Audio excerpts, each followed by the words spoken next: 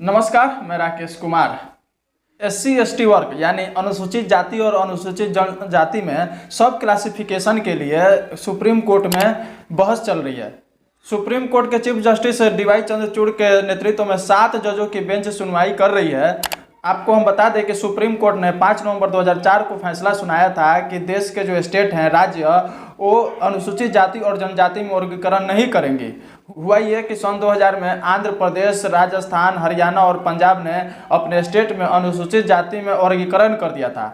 उनका मानना था कि SC/ST की कुछ जाति जो है वो संपन्न हो गई है, वो आरक्षण का लाभ ले ली हैं, और कुछ जाति जो है उनके पास आरक्षण का लाभ नहीं पहुंच पा रहा है। तो अब उसी को लेकर अभी 2024 में यह सुप्रीम कोर्ट में बहस चल रहा है कि क्यों ना अब राज्यों को अधिकार दिया जाए कि वो अपने स्टेट में SC/ST वर्ग में सब क्लासिफिकेशन कर सके।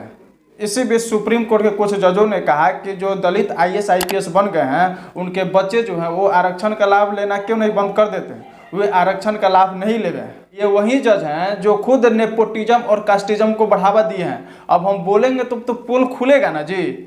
आपको हम बता दें कि देश में 25 हाई कोर्ट हैं। 25 हाई कोर्ट में लगभग 50% जज हैं जो नेपोटिज्म से आए हुए हैं, और 33% सुप्रीम कोर्ट में जो जज हैं वो नेपोटिज्म से आए हुए हैं।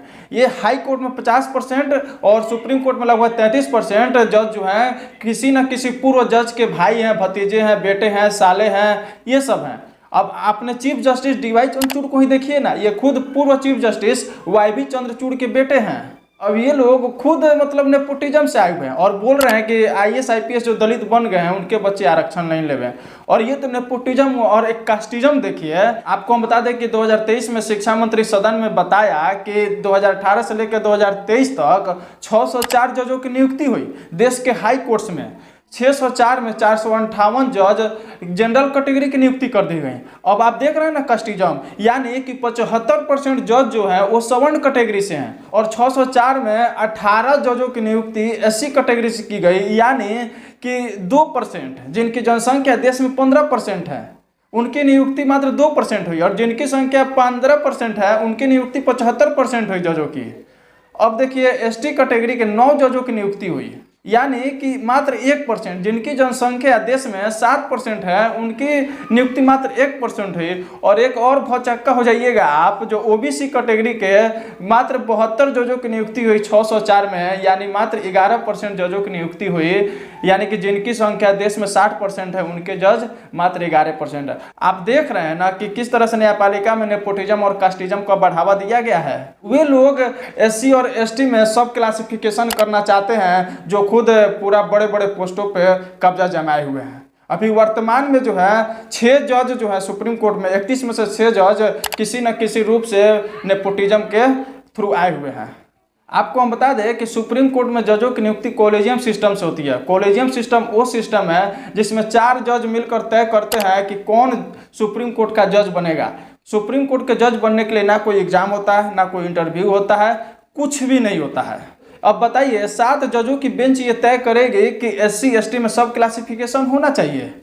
क्या SC/ST कैटेगरी के सभी जातियां जो हैं वो मुकाम हासिल कर चुकी हैं जो मुकाम ये लोग हासिल किए हुए हैं, जनरल कैटेगरी के लोग? अब सुप्रीम कोर्ट द्वारा दलील दिया जा रहा है कि SC कैटेगरी की कुछ जातियां जो है वो आरक्षण के पूर्णतः लाभ ले चुकी है और संपन्न हो चुकी है। अभी जो आंकड़ा आया है देश के IIT और IIM से 13,000 से अधिक स्टूडेंटों ने पढ़ाई छोड़ दिया है। उसका क्या कारण हो सकता है? उसका सिर्फ एक ही कारण है कि इकोनॉमिकली प्रॉब्लम। अब जब संपन्न हो गई हैं तो फिर वो क्यों पढ़ाई छोड़ दी हैं? 28 जनवरी 2024 को UGC ने कहा कि जितना भी जो यूनिवर्सिटी में प्रोफेसर के पदों जो रिजर्व हैं उनको रिजर्व किया जाए, मतलब उन्हें आरक्षित सीटों का अनारक्षित किया जाए। भाई तो उन पोस्टों को आप भर क्यों नहीं रहे हो? आपको एक तो उम्मीदवार नहीं मिल रहा है, आप नॉट सुटेबल फाउंड बोल के उम्मीदवारों को रिजेक्ट कर दे रहे हो, और दूसरी तरफ बोल रहे हो कि SC/ST कैटेगरी में सब क्लासिफिकेशन किया जाए। तो फिर ये कैसे संभव है?